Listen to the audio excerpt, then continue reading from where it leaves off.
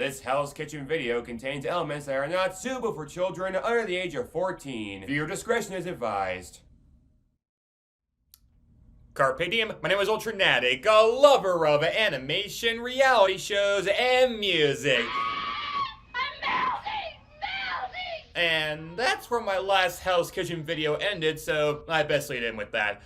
Let's talk about meltdowns. Well, before I define that term, I should state that Hell's Kitchen is a rigorous, ruthless environment for any caliber of chef to partake in. The punishments are unbearable, the personalities often toxic, and when the food isn't up to par, the criticisms can be brutal. You have absolutely the word bolognese. It tastes like a fish sundae. My dear Cooper, yeah, that is crapper. Right now, I'd rather eat poodle than put that in my mouth. So it's totally understandable when contestants have a loss of composure on this show. Because of that, with every chef I talk about in this video, I'm going to try and treat them with as much respect as possible. I mean, it's not their fault their vehement reactions when things go wrong are so entertaining. Would American Idol have been as popular if they didn't have awful singers and sore losers to amp up the ratings? I suspect not. So when I talk about chefs having meltdowns, I'm not trying to throw tomatoes at them. It's part of their job, and screw-ups do happen. They're allowed to react accordingly.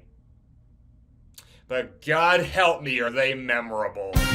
Now that I got all of that out of the way, what is a meltdown? Well, Merriam-Webster's has several definitions, but the way I see it, it's when things aren't going the way one would expect, their brain doesn't know how to instantly fix the problem, leading to a tear-filled breakdown and a decline in their overall demeanor. There's probably a shorter way to put that, but that's the common trajectory. But the meltdowns I'll be talking about in this video will be exclusively from dinner services, or rather services for any course of meal provided elimination was on the line. My only other requirement is that rage quits don't count, as that's halting the experience of the full meltdown. Also, unlike my last two videos, there's no measurement on this, it's all based on opinion. If you don't agree with my inclusions on this list, or the order they're in, that's totally fine. Leave a comment below saying who you think should have been mentioned and why, and maybe I'll include them if a part 2 is ever made. So without further ado, this is a list of what I consider the top 10 Hell's Kitchen meltdowns.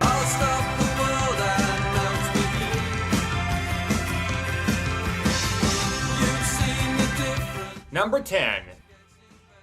Vanessa from season 15, episode 1. First off, Vanessa's only at this spot since I figured the more this person's meltdown contributed to their elimination, the higher on the list they go. And Vanessa wasn't even eliminated here, so she's snugly at the number 10 spot. But at the same time, there are other chefs who did get eliminated after a meltdown that I left off this list. In fact, some of my final cuts included season 1's Dewberry and Elsie at the final 11 and final 4, respectively. But I gave them some grace since neither of them had much experience, if any, in a professional kitchen. You're useless, you know that. I am. Goodbye.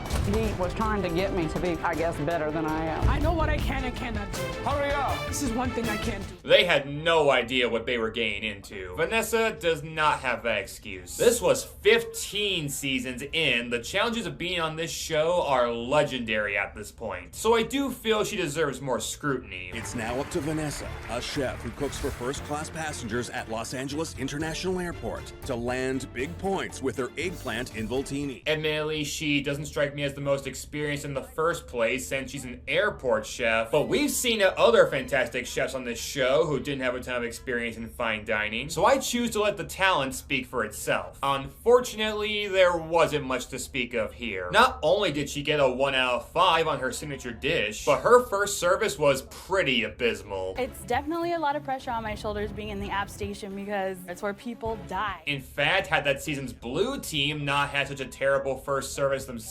I'm pretty sure Vanessa would have been the first boot of season 15. She got decimated by the appetizer station, serving burnt pizza, totally spacing out and cutting the rejected pizza before tossing it, as well as setting up cold squash and, in the end, needing the entire team to take over her section. No, I'm not exaggerating. If you weren't in the dining room on tableside, you were supporting Vanessa on her taking station. That doesn't look burnt to you. I will start over again, chef.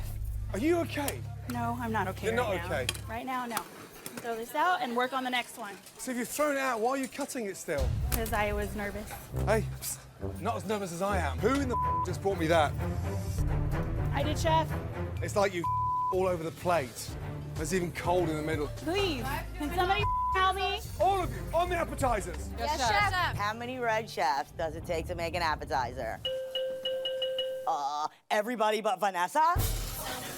Yeah, this lost a lot of faith in Vanessa from the rest of her team, and she, in a very bizarre situation, got eliminated 2 episodes later for being flustered a second time, though not as bad as the first time. Vanessa, call back the order.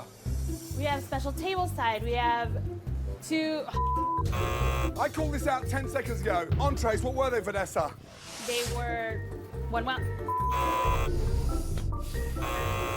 Shame, since in episode 2, she seemed to show a bit of improvement, earning points in the reward challenge and even not being a reason the team lost the next service. But I suppose this one service was so bad for her, it couldn't make up for it. She may have been accustomed to serving first-class passengers, but by the looks of it, she may have been in need of one of their oxygen masks. I'm trying to breathe and cook at the same time, and That's this is what we hard. do.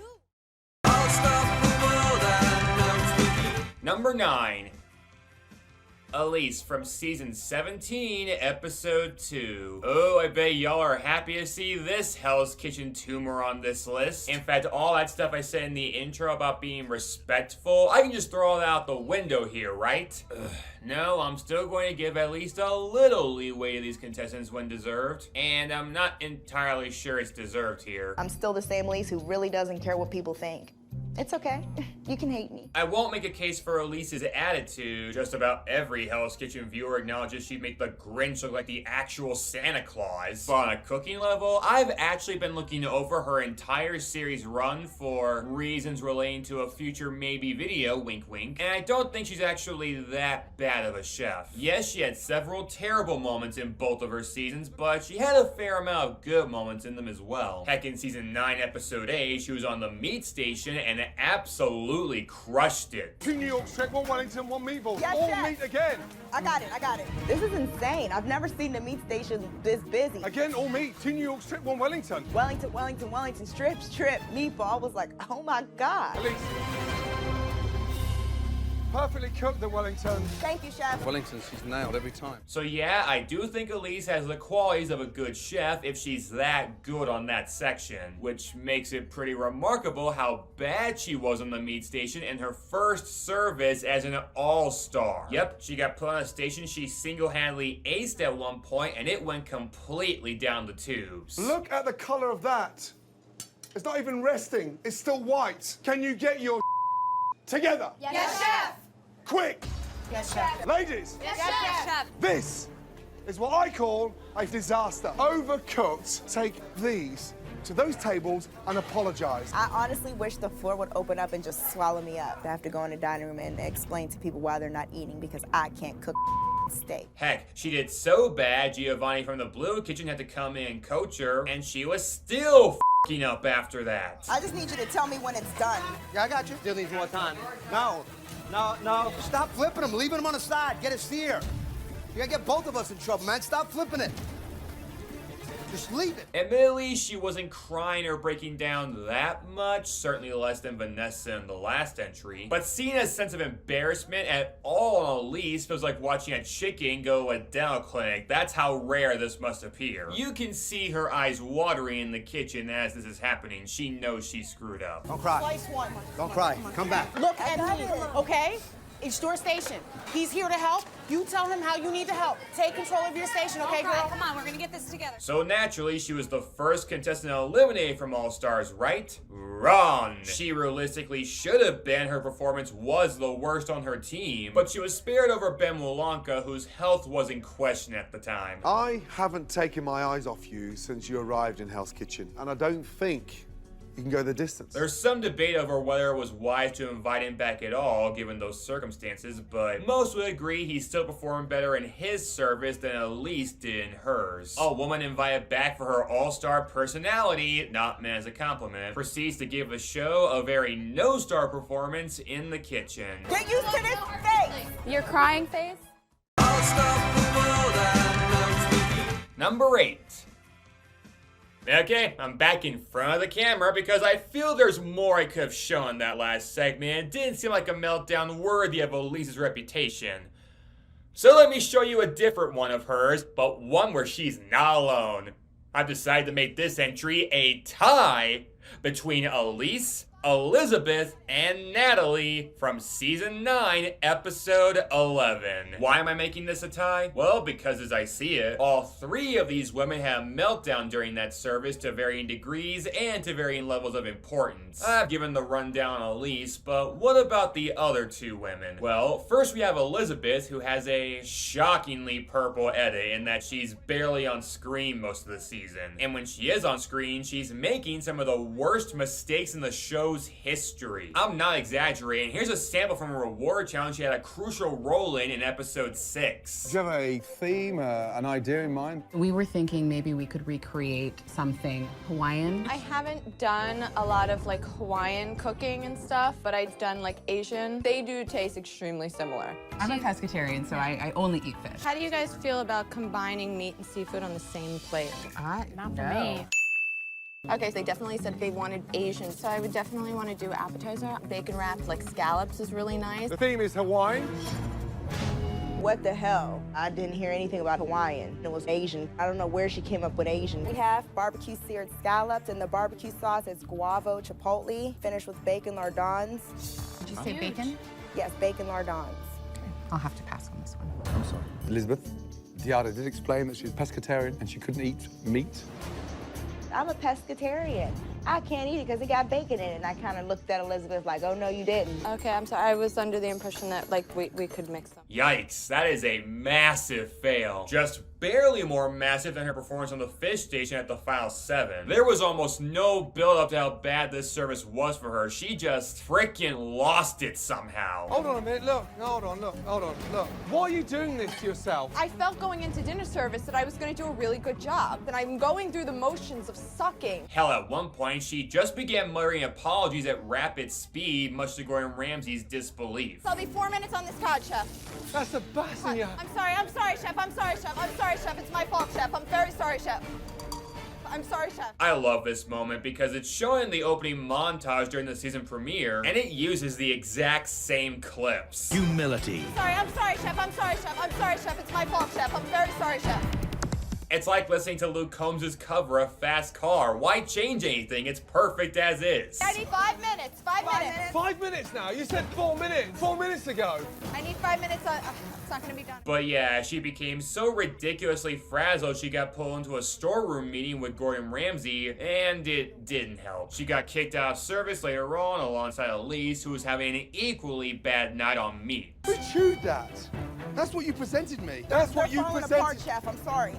Off, Elise. Now, unlike the last entry, it's entirely possible Elise's failures were exacerbated by Elizabeth's, as she was stretching to both of their stations in support. Calm down. Elizabeth, she was so frazzled, it was making me feel anxiety because of the way she was... But, nah, it's the final 7. Elise should be better than this. New York stripping, is that ready, or...? I need a minute on my... Come on, then, let's go! So you sliced it and it's not cooked? It needs, like, seconds. Look, she just shakes her head. Hold on. Cry time? No. Yeah, I get people not enjoying this piece of work on their screens, but the joy I get from her is when she's getting the brunt of Gordon Ramsay's insults, which happens a lot on this show. In fact, look at this moment from that same service when she tries pinning cooking mistakes on someone from the opposing team. She's complaining they're falling apart. When you score pastry that deep... Chef, I did not score the first tray. So who scored them then? Tommy did. Go over there and tell him then. I want to see what you say to him. Come here, you. Did you or did you not score the first tray of Wellington? No. Crazy. I did not Tommy score stood them. I right blushed over for you. there in front of me before service and scored and basted them. I'm not lying. Play the replay. I'm unwrapping your Wellingtons for you. No problem. But I'm not scoring them, no. Cool. Elise, do you know the biggest problem with you? Yourself. Who are you going to play? Carrie? Krupa? Jamie? Yeah, even Gordon knows her attitude stinks like a landfill, and he doesn't bother mincing words with her, especially as she's leaving when she gets kicked out too. Get out of here, both of you. Hey, you. Pick that thing up. You want to serve overcooked meat, now start kicking a bin. Wow.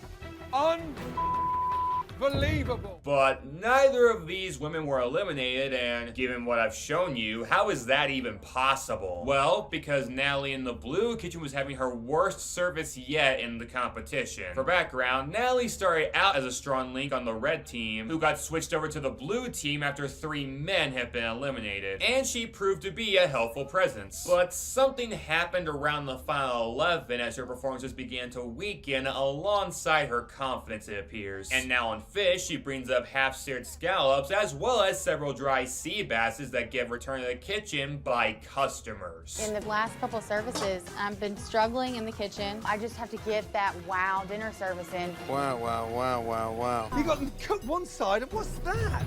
They're not even seared. Chef, What's wrong? it's really dry. Blue team. Yeah. Blue team, your chef, bass returns, dry. I don't know what I'm doing. Every single table on the blue side is complaining about the sea bass tonight. You can't cook fish, I can cook fish. so the customers are lying. No, chef. The day we, as chefs, start blaming customers. I'm not an idiot. I know how to cook fish. I really just don't know what was going on. Sorry, guys. Of all the chefs in this tie, I feel the most bad for Natalie, mainly because I liked her the most, but yeah, if anyone has taken their performance the worst, it's her. But as bad as her performance was, it's not like Natalie did the worst by a landslide. But 2E's self-implosions need to be acknowledged too, because combined together, they produced us a night that I, for one, will never forget. Wrong. You're going down in flames, chick. Number 7. Frank from season 13, episode 9. Of the 2 Franks we've seen on this show thus far, this is the much better Frank by a clear mile, at least in terms of personality. Season 13 is pretty forgettable, but Frank is one of the few elements of the season I remember vividly because he was so cartoonishly suave. He's like if an SNL cast member was parodying The Godfather, except there is no comedy with him. He is just that cool and charismatic. And he had a few highlights, especially when making Italian cuisine. Get your beef and your pork on right now, saute. You're making meatballs. Meatballs? Done. Oh, all right.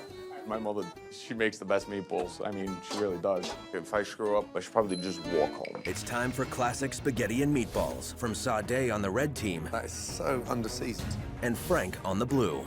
Point clearly goes to the blue team. Good job. Thank you, chef. Seasoned beautifully. Love that sauce. It's a little different from my mother's, but it's good. Thank you very Love much. that sauce. Mommy, thank you so much. I thought of you. And now, it's the battle of the 2 Italians, Ro versus Frank. By the way, it's a pleasure to meet you. Nice to meet you too.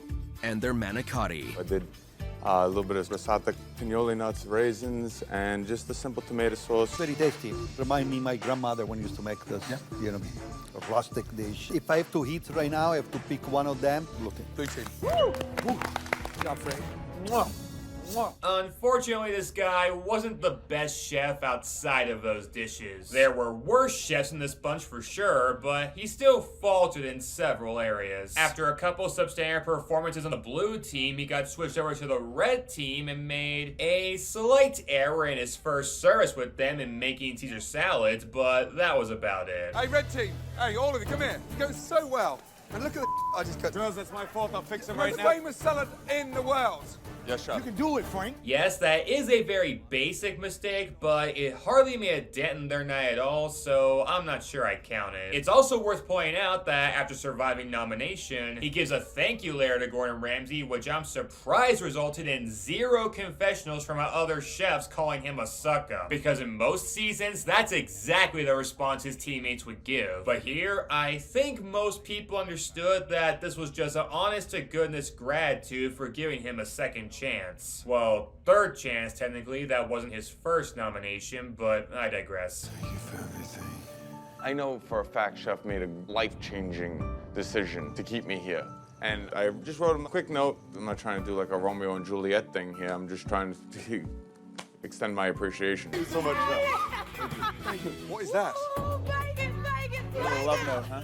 I wanted to thank Chef from the bottom of my heart, and I just wanted to let him know I appreciate everything that he's done for me. He's a hero. But as for this new beginning, oh, did it blow up in his face. He was on the fish station that night and instantly had a rocky start with rubber scallops and lobster tail, and all while Aerosmith frontman Steven Tyler had a front row seat. Which, by the way, is always a cherry on top of these blow-up services, having a high-profile celebrity at the chef's table to watch it all happen. What's he done to him? Hey, red team, come here, all of you. Just touch them. So heavily cooked one side and rubber on the other knee. Someone needs to eat this, not play tennis with it. Yeah. Hey, red team, come here. Steven Tyler sat on the chef table. What the Just touch that. Touch that. Yes, rubber. I'm sorry. I apologize. Do you leave your brain in Vegas? Off with you. But hey, he's a fighter. He can get out of the weeds on this, right? Where's the lobster? I'm gonna need those scallops, Frankie. Wait, the scallops? Oh, God, here we go again. When he's standing there, he doesn't know where they're shaving or shampooing. Yeah, it just never got better for him. Aside from some help from Natasha, he got close to nothing else out that night from his station. Combined with how well the blue team did in that service, they wound up finishing 7 tickets behind their opponents, and all because of Frank, who appeared to be the only person who made a single mistake that night. And they were pretty massive and consistent mistakes of overcooking seafood, even saying up the wrong fish at one point, resulting in the blue team having to come over to bail him out. Right here? Now put that down. Yes, chef. Hey, that's not right. Why? Raw. How is that happening? It's this one. It's this one. I think Frank might have lost it. Hello, Earth the brain. You 4 in the red kitchen. Let's go. Chef. We're 7 tables behind. They need you. Let's go. I feel like the biggest piece of garbage. Come on, guys. I'm walking salmon garnish. Sitting here like a idiot. I just up my whole team. Now, to Frank's eternal credit, he took his failure very maturely. He didn't blame anyone else, he didn't complain when anyone gave him assistance, and he did try figuring things out on his own, and I do respect him for that. But it was all for naught. After service, GR forgoed any nominations and eliminated Frank on the spot. It was pretty sad, but unfortunately fitting. Frank was a very honorable chef who tragically had a less than honorable service. I really appreciate what you wrote to me. Unfortunately tonight, Frank, I didn't appreciate your cooking. Number 6.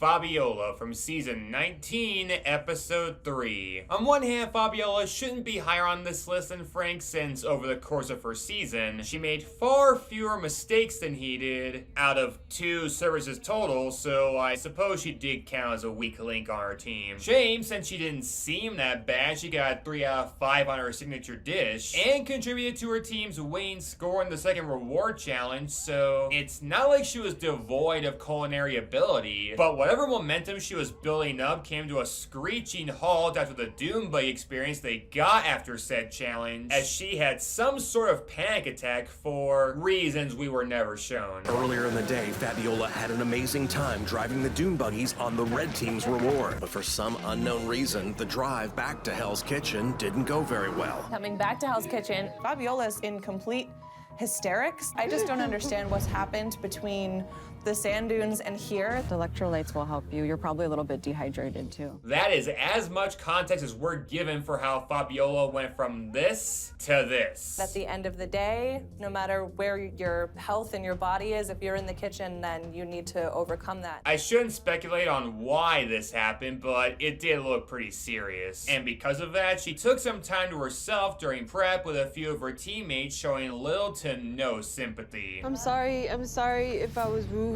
I got super nasty. When I think of Fabiola, I have no idea what's going on. I don't know what's going through her head right now. I don't have nothing nice to say about her. Can we just take me to the room, please? Can we just take me to the room, please? Actually, let me use the restroom. Okay, I got you, girl. I hate to say it, but I call I really do. Yeah, stuff like this makes me certain we're missing something in the edit. But I gotta go off of what we were shown, and either way, that breakdown wasn't the meltdown I was referring to. It was the one she had on that night's dinner service when she was on appetizers. She sent up under and overcooked flatbreads, and when questioned on one of them, gave this response. Come here. Just touch that. It's underdone. It's underdone. I asked for a gold medal performance. It's underdone. Who cooked that? Me. this shit bag. No, I'm with the editing team. That deserves a pause. Like, what? Where the hell did that level of diffidence come from? She's not the creator of the universe. She's a human being. Mistakes happen. That doesn't mean she has to call herself that. Don't worry about it. Don't worry about it. I'm trying to breathe. I'm trying to get through this, you know? Again, I have no idea if her incident after the reward fed into this, but every indication I got was that she was having a hard time keeping it together. Let me just go. Yeah. No. Oh, you don't want to taste it?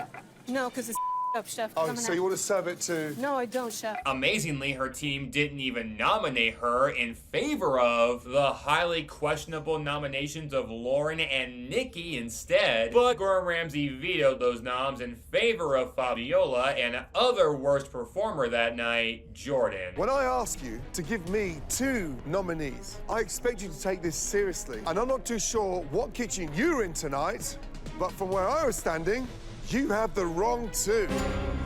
Jordan, you know it. Fabiola, you know it. Step forward. This resulted in Fabiola being eliminated, which does strike me as the sensible solution. She was clearly going through something, and that needed to be resolved ASAP. I hope she's doing better after all this, and that her career remains prosperous. Whether she was cut out for this competition is up for debate, but what isn't up for debate is how noteworthy her short run on this show was. I knew I failed, and I knew that I bounced back. And I was extremely embarrassed.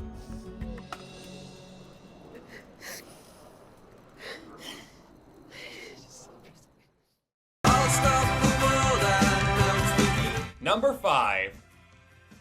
Kimberly from season 16, episode 14. Now, here is a woman who, to say the least, had an interesting journey throughout her season. She introduced herself as a Latin-infused sushi chef and proceeded to serve one of the worst signature dishes in a recent Hell's Kitchen season. It is a pepperdelle pasta with clams. Homemade pasta? No, unfortunately not. Obviously fresh clams. I use 1 can of canned clams. 1 out of 5.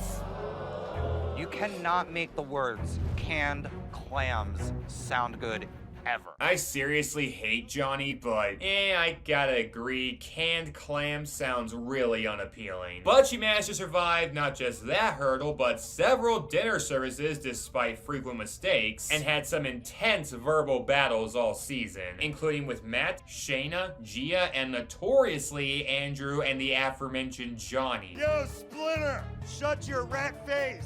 You, Johnny! Go join Jess. The blue team is pathetic. These guys are sheep. I am a wolf, and I will bite back. Why don't you start acting like a gentleman and be respectful to people and stop trying to rip on people because you feel about yourself? You think you're gonna be here longer than him? It's my mission. Well, guess what? Mission unsuccessful. Yeah, go back in your rat's nest, Splinter. Yeah, those 2 cocky, unlikable bullies. She outlasts both of them. Hell, at the final 6, she earns a black jacket over Andrew when, during a blind tasting, Kimberly receives the votes of his best friend Paulie and his in-show flirtmans Heather, despite the fact he had a fiance outside the show. Yeah, it's gonna be bad. For who? Us. Why? All we're doing is laying next to each other. Am I gonna flirt with her a little bit? Maybe. I get married in a couple months, so it's probably not gonna be a strong relationship. Heather, Yeah, chef. which dish did you prefer? Kimberly's filet or Andrew's New York strip? It was Kimberly's filet, chef. She says Kim. What the? Paulie, did you prefer Kimberly's filet or Andrew's New York strip? It was the filet, chef. It was me who sent him home. I just wanted Andrew to be here with me, man. I let my boy down. It sucks. Yeah, there are layers to the tiramisu of karma that got dished out here. What I'm saying is, Kimberly's journey was one of the few compelling elements of this season that I otherwise wasn't a fan of. And it ended in spectacular fashion, with a service where the sous chefs took the night off, sorta, they sat at the chef's table, and the Black Jacket Brigade took turns taking over their duties. And Kimberly had issues in every area. So crunchy. It is, it's undercooked. It's undercooked. Oh, man. I can't believe it was undercooked, but I'm not gonna let it keep me down or put me down. Kimberly. Yes, chef. Yeah, you're next on the hot plate. Taste the risotto first. Yes, chef. She's plating it on the wrong plate. Yeah, wrong plate. What does the risotto go in? I guess a small plate now. I'm I sorry, guess. chef. Chef, is that an appropriate portion? Come on, Kimberly. You're asking me the most dumbest question. It's only plating. It's not that hard. but he just instantly stresses me out. Now you're like a irritating ex-girlfriend. But she had a chance at survival as fellow Black Jacket Polly was having an equally terrible service, so maybe she could be spared over him. But the snowball effect impacted the entire service and Kimberly was in the center of the avalanche. Away 5, 2 carbonara, 2 risotto, followed by 2 scallops, 1 carbonara, 1 risotto, yes? It was 3 and 2, I thought you just said, pretty much. No, we're doing 2 2s at the same time. Oh my God. You're the one getting confused, Kimberly. Yes, Chef. Carbonara is going with that first risotto. I need 4 minutes. The risottos are going together, Kim. I feel like quicksand. Just grabbed a hold of my feet, sucked me in. I have no air, no light. I'm just numb. Kim, you getting close? Done. I'm done. Kim, we gotta walk together with that carbonara, okay? I need help. I'm lost. I'm done. Hey, what are you panicking about?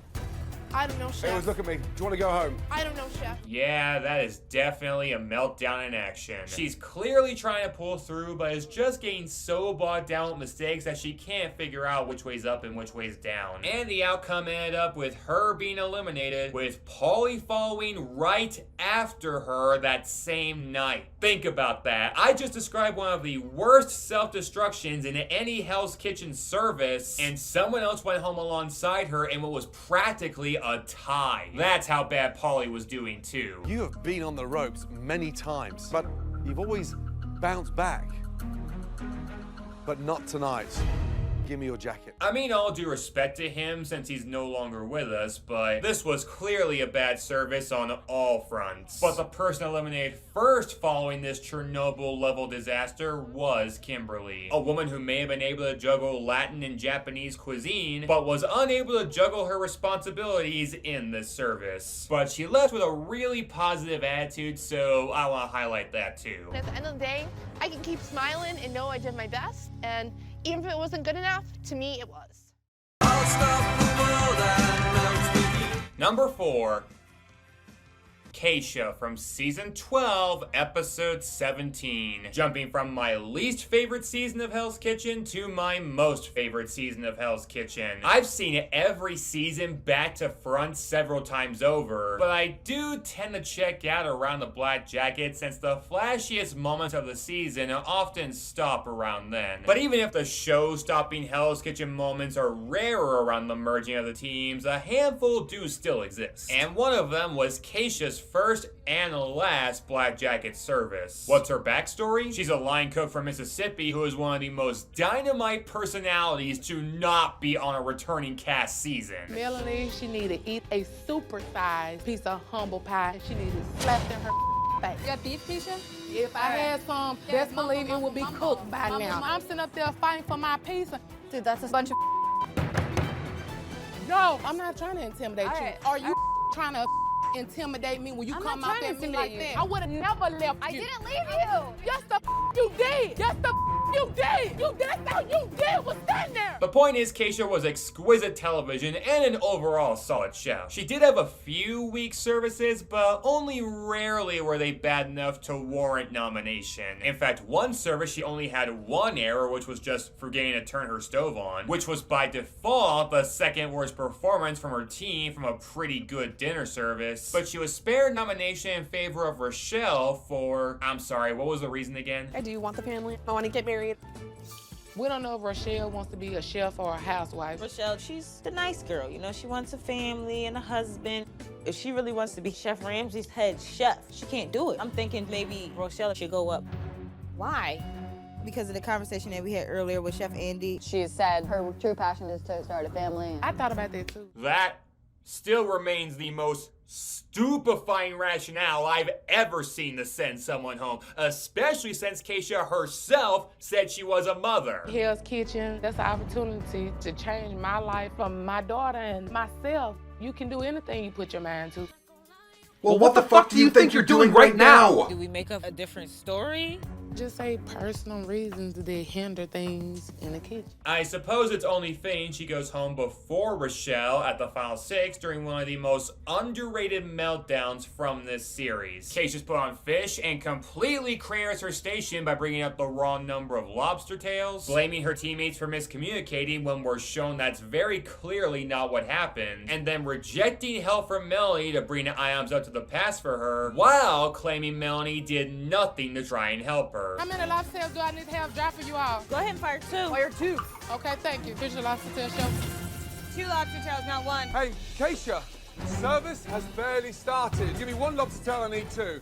That's an easy order we should be pushing out. Yes, Chef. Y'all gotta go communicate because I asked you all. I said fire 2. Keisha, your team doesn't deserve to get verbally abused because you're sinking. Keisha, all those 2 lobster tails. I got 2 on sitting right there already. Mel, run those lobster tails for her, please. Lobster tails in the hands here. I got a pull. Just watch back. Just watch back. Keisha, you're not working together. Melanie's standing next to you. I asked her, she bagged off. I just tried to take your lobster tails and you took them away Oh from me. my God, hey, what did I say about you two working together? So you said take the lobster and she said no. No, I didn't. You bagged off and left. That's what you did. You shut up. You've done nothing but lie since you got here. So after she argues over this with Melanie and Gordon in the storeroom, the service goes on with little incident for a while until she brings up a raw salmon and then just snaps out of nowhere. Right, come out, Ori, stop. The salmon, it's not even cooked properly. It's still moving in the pan. Chef, I didn't want to overcook them. Oh, stop. Keisha, let us know when you're walking with your salmon. I'm in a second now. Sorry, I just didn't know. I'm trying to get my all and I'm still getting out of there in 5 seconds. It's frustrating. Give me 4 minutes. Damn. So, yeah, very chaotic service, which wound up with Keisha handing over her jacket, which is pretty amazing since she didn't have much of a lead-in of truly bad services like many first eliminated black jacket chefs do, but this one bad service from her tanked whatever chance she had of winning the competition. Much like season 10's Kimmy, another chef who took pride in her southern heritage. It's really ironic that her final service as a competitor was one where it all went south. Though yes, also like Kimberly, she left with a smile on her face. When one door closes, I think about the next 4 that can open for me. This will not be the last time America sees Keisha. Number 3. Patrick from season 10, episode 10. Yeah, you all remember this episode, and if you don't, let me jog your memory a bit. You're not even communicating, Kim. Your minutes are not minutes. Yeah, it is. I know how to count. Do you? Because I have time on the french fries. Can you shut up and stop yelling at me? I'm sick of the yelling. You're throwing me under the bus. Cool, bitch. It's true. You called me a bitch today, and you want me to keep my mouth shut? This is the cattiness I'm talking about. If you want my opinion, I think that Barbie's the weakest person in this kitchen because she can't run a station by herself. This is why I hate working on the red team. I prefer to be on the blue team. They're gonna kick your ass? No, they won't, because they respect me because I come in here with 250%. Now this is why I came to America. And surprisingly, the meltdown came from none of these explosive women. It actually came from the blue team, who had an equally entertaining service, just for completely different reasons. Among the highlights for them, we had the comedically Italian Clemenza making pizzas. I come from New York City, and let me tell you something. I grew up in a pizzeria, so got a little experience to say the very least. In all honesty, I was kind of enjoying myself. And Brian annoying his teammates and Gordon Ramsay by either speaking random sentences in Spanish. ¿Dónde estás mis pantalones? Just shut the up, man. It's not even funny, honestly. Todo tiempo necesita hablando con todas las otras personas aquí en la línea. What the did he just say? I have no idea. Or lightly impersonating the head chef himself. Keep making believes. Let's go. Blup, blup. The flavors are really nice. Unbelievable. Yeah, careful, Brian. Boris tried doing that 2 seasons ago and it didn't go well for him. Rule! You take the piss out of me one more time in the middle of service, yeah? Kiss your and ask goodbye. Is that clear? Understood, chef. Wake up! Will not happen again. Me. Unbelievable. But he was able to move past that, and after all the fights going on the red team, those 2 men plus Justin were sent over to help them complete their service. But that's just 3 men out of 5 at the beginning of the episode. What happened to the other 2, Royce and Patrick? Well, Royce got booted earlier in the service over one mistake. Not sure if that was necessary, but he's not the focus. The focus is Patrick, who seemed like a solid chef at the start of the season, but after a string of losses from his team, he volunteered to be their leader, and his team didn't take it all that well. Break it down, small pieces. Work smart, not hard. Patrick, he's not leading by example. He's leading by saying what to do. Can you just take that one wheelbarrow up to Guy? I don't like it. Patrick's leading this team, and he's not doing anything to help anybody. I wouldn't go so high on these. I'm not. I just want him to know that he sucks. This is me, Patrick. I keep talking to you a lot of times, and you just still not answering me. Patrick, if you're gonna take the lead, lead. Then you want to come over and bark out and expect me to listen. You can do whatever you want. Honestly, you can do whatever you want. That's like the 10th Help time. me. It's like I've got everybody asking me questions. I'm trying to give direction. I get that. Now you get me. And if that wasn't bad enough, his performance in services began declining slowly but surely. And this was by far the worst. He was put on the meat station on steak night, family night too, but I digress. And he just was not on the ball. He brought up improperly cooked meat early in the night and then had one of the most hilarious brain farts ever during this immortal exchange. No sear. Come on there. Look at it. It's like boiled meat. Oh, off, guys. All of you, come here. Look at the meat. No sear, just like boiled. Where's the sear? I get it right, Chef. Blue team away, table 22, yeah? Concentrate. 3 filet, 1 hanger steak. Yes, Chef. 4 minutes. Royce doesn't even answer. 3 filet, 1 hanger. Tell us 3 filet, 1 hanger. 3 fillet, 1 hanger. One more time. 3 fillet, 1 hanger. One more time. 3 fillet, 1 hanger. One more time. 3 fillet, 1 hanger. I got 2 minutes on mine. Okay, give me 3 minutes. 3 minutes, Chef. On what? 2 filet, 1 hanger. Oh my I'm God. gonna 3 fillet. Sorry. Outside, get some fresh air. Off. I yelled 2 like an idiot. It's a stupid bonehead move, and I can't believe with all my experience I up like that. I can't believe it. I can't. Yeah, so Patrick was crumbling at this moment already. But he got back in the kitchen to get his station back on track, and with the spotlight directly on him, naturally, one of his steaks he has to bring up is raw, and he tries flashing it and is unsuccessful in cooking it to Gordon Ramsay's standards. I know I'm in trouble. I'm my pants right now. I got a 50-50 chance I'm gonna get my ass handed to me. Rule. Hi. Yes, Chef. Chef, I'm sorry, it's raw. Not good. Not good. This results in him getting kicked out of the kitchen, nominated alongside several other chefs who also couldn't get together that night, and GR inevitably taking his jacket. It's not happening. And if it is, it's not fast enough. Thank you for the chef. Thank you. Good night. I think people were mixed on this dude for a while, but there was some sympathy to gain from him as before this service started, the episode prior, he got on his knees and made a promise to his kids back home that he'd do his best to win the competition. This is the most emotional thing I've ever been through. I'm missing my family. But I'm here for a reason, and they know why I'm here, and they want me to be successful. They want their dad to win. I'm not going anywhere. I'm gonna do it. The love and motivation he had for them was very apparent. I did feel for him. Sadly, Patrick had run out of chances, and while he might have had trouble repeating back the order from Gordon Ramsay, I bet if given a second chance, he'd do his damnedest to not repeat any mistake he made in this service. My family's gonna be disappointed and a little sad for me, but opportunity comes along and you gotta grab onto it and try. It'll be great to go home though and see my wife and kids, I'll tell you that. Number 2. You're not gonna agree with this at all. Not that this person's meltdown doesn't deserve to be in this ranking, it does. In fact, I'm pretty sure it's the meltdown everyone expected to be at number 1.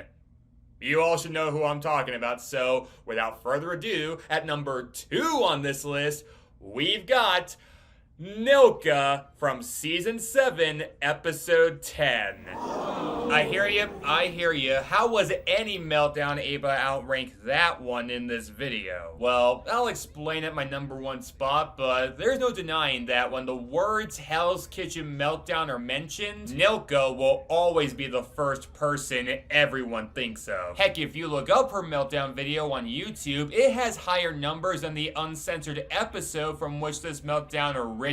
That's how legendary it is, and unlike the last couple entries, I'll keep Nilka's backstory brief. Being on the worst performing red team in Hell's Kitchen history, Nilka was a decently strong contender most of the season amongst those ranks. But once Blockwormer Fran got eliminated, there weren't any major flaws left on the red team, even with Pariah Autumn being brought back, so anything was possible come their next service. And I mean anything. We basically got an early merge with both teams occupying the same kitchen after prep couldn't be finished for both. Not sure how that fixes the issue with the lack of resources, but whatever. And the Final 7 did pretty well that service. In fact, much like Frank's service in Season 13, Nilka was the only person whose performance was anything less than good. And wow, was it as far from good as you could imagine. Here you go, Chef.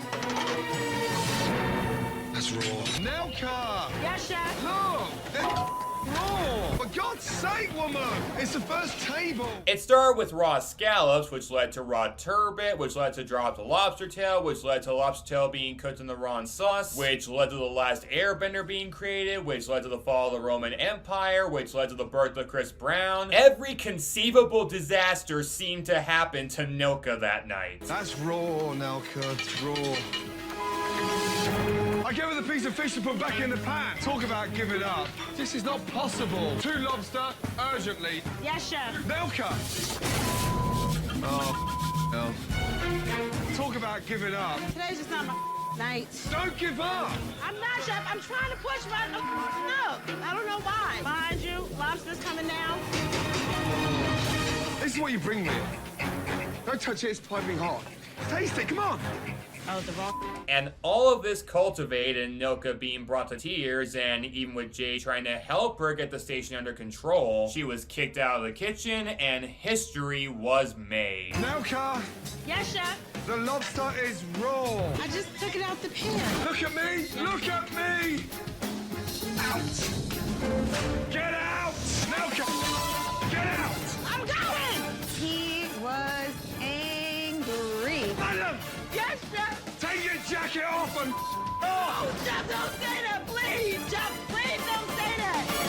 Oh, my God! Flint Masters listed this meltdown as the second most iconic moment in Hell's Kitchen, right behind that whole thing with Joseph, and I can't argue with him. Everything Nilka did that night was so at odds with her consistently above average services throughout the rest of the season that it's like a Jekyll and Hyde style transformation. But it doesn't stop there. She tries to fight her way back into the kitchen, and given Gordon Ramsay was already done with her, he did announce before she was eliminated, he ordered the rest of the chefs to kick her out of the kitchen for him. Nilka! I want to cook! Get out! I want to cook! I can do this! Hey guys, I'm telling you now, do something for me. Get her out of here! Nilka, you gotta go. Get her out! Nilka, you gotta go. I can do this! You have to go. Chef tells you to go, you gotta go. Hurricane Nilka just had an absolute Category 5 meltdown. Oh, my God.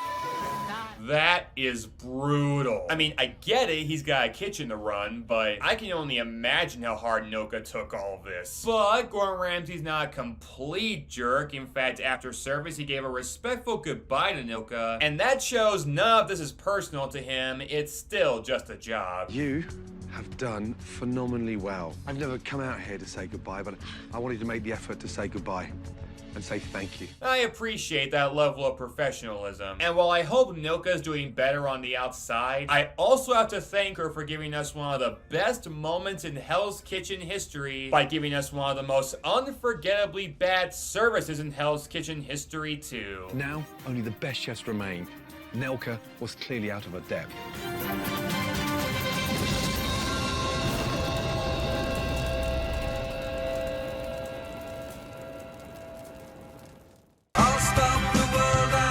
And the #1 meltdown in Hell's Kitchen history is Before I reveal this, after everything I relate to y'all are probably still reeling as to how any meltdown could have been worse than Nilka's. I mean, that service is so talked about that logically, the only thing that could be worse had to be from a chef in a much more recent season. So even if it were worse, it'd somehow be overshadowed by the one that did it first, and in many people's eyes, the best. But that's not what this is at all. No. The number one meltdown on this list comes from someone eliminated very similarly in Nilka, but from an earlier season. Yeah, the biggest meltdown on this list came from before season 7, and it deserves to be acknowledged for the absolute train wreck that it was in every aspect. And I do mean every aspect. So without further ado, the number one meltdown in Hell's Kitchen history came from Lacey from season 5, episode 8. Now, I can't say this service has been buried by the sands of time or anything. Heck, it even got a shout out during the 100th dinner service back in season 8. But given what transpired this night, I'm amazed no one considers this in the same league as Nilka's meltdown. If I had to guess, they'd maybe put it at number 2, but after mulling it over, I personally do think that this meltdown was bigger, and that all stems from Lacey's attitude. She may not have been as exciting a personality as Nilka, but she was a driving force for much of the conflict in her season. She was despised by just about everyone she worked with because she just didn't want to do anything. Good God, I'm dying here. I don't want to do this anymore. I really don't. Yeah, I quit, you guys. What? And Gotcha. What did she say? I just say like that because I'm frustrated and pissed off. I need a moment to myself. Come over here and help me with this souffle. You had all day to get the souffle started. Oh. You could have had this on a long time ago. Boy, I'm not gonna take your Care who you take, but you need to help me with this stuff. You know, if you want to be good for the rest of us, you should get up and get your coat on. I don't feel good. Come here. Rick, everyone's been babying your ass all morning. You really want to start something with me? I'm not really afraid of it. I'll tell you what, you had a saving grace tonight. You better prove yourself.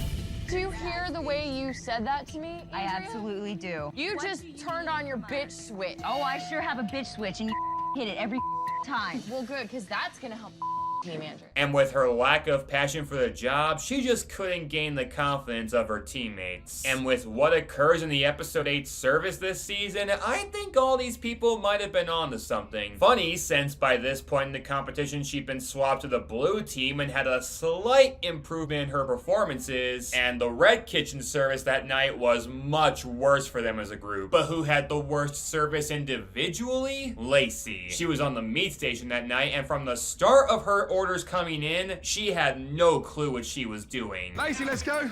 VIP, Erin McCormack. Lacey, don't make me look stupid. Away, Wellington lamb, chicken dory. Lacey, talk to me, babe. I don't know. I honestly don't know. You got your lamb reheating? No, I can't. Guys, I'm serious. Hey, it's cool, man. Just breathe, girl. Come on, keep focused. You're fine. Just tell me what you need. I don't know. That's the problem. Hold on, Ben. I believe we're gonna need some more time from the meat station, Chef. Talk to me, madam. I don't know how long, Chef. Really, I don't. Get on there and help her. I'm no good at meat, guys. I told you that. Yeah, even Nilka didn't panic like Lacey was doing. She mustered through as best as she could. Lacey, though, was a rock that got thrown in the ocean, sinking to the bottom with no means of getting her head above water. Danny and Ben tried helping her throughout the service, but even the likes of these two couldn't save her from Gordon Ramsay's wrath. Is this your well done? I don't know. She was lost. I don't know what's going on here. What's the matter with you? I can't cook meat, Chef. What do you mean you can't cook meat? Obviously, I'm way too confused. Madam, get out! Yeah, unlike every other meltdown which progressed over the course of the service, Lacey was flat liquid at the start and somehow continued to melt in spite of having nowhere lower to go. Can't handle the heat, get out the kitchen! She got put in the storeroom, told to get her shit together by Gordon Ramsay, and was unable to fulfill that request. Can't cook meat. 1 minute to the window, yes? Hey, madam, VIP, VIP! Yes, Chef, I need 3 minutes, Chef. 3 minutes, why? It's all there! Every 30 seconds. Madam, where's this? Like, shut up, so maybe I can get you your well done Wellington. Come here, all of you. What is that? bone's thicker than the meat. And that was the final straw. She got kicked out unceremoniously, and no one was sad to see her leave. What is that? I don't know, Chef. It's not good enough. Get out. You're not good enough. You can't waste my time any longer. I agree. Give me a jacket and leave Hell's Kitchen. And go in there and say goodbye. Thank you for everything. There's a small violin just for Lacey. She sucks. Adios, biatch. She did get brought back for the final service for Paula, but got overwhelmed in that episode too. Maybe she wasn't the worst there, but unlike Fabiola, where I debate if she was cut out for this, that ain't really a question for Lacey because she did not have the drive to succeed. At least Nelka showed resilience in her terrible service. Lacey just gave up. So when I say Lacey had the bigger meltdown, that's what I mean. She's earned a reputation as one of the least liked chefs in Hell's Kitchen, and for good reason. But on entertainment level, she's also responsible for, in my opinion, the biggest meltdown in Hell's Kitchen history. Unfortunately, I f***ed up tonight and I can only look back on the positive things, which there weren't many for me. And that was the top 10 Hell's Kitchen meltdowns. I hope you enjoyed it. I know I did, and I did my absolute best to try to be respectful to all these chefs despite their mistakes, but in case I didn't accomplish that, I'm gonna try this again for my next Hell's Kitchen video, where I'll make a ranking where I pay tribute to some of the most commendable chefs to ever grace this kitchen in the face of adversity. And I mean any adversity. I'm in so much pain right now, I'm ready to break down and cry. They will risk life and limb. I cut straight to the bone. I go upstairs, there goes one ankle. Can't even walk. Yeah, if you can bounce back from stuff like this, you can bounce back from anything.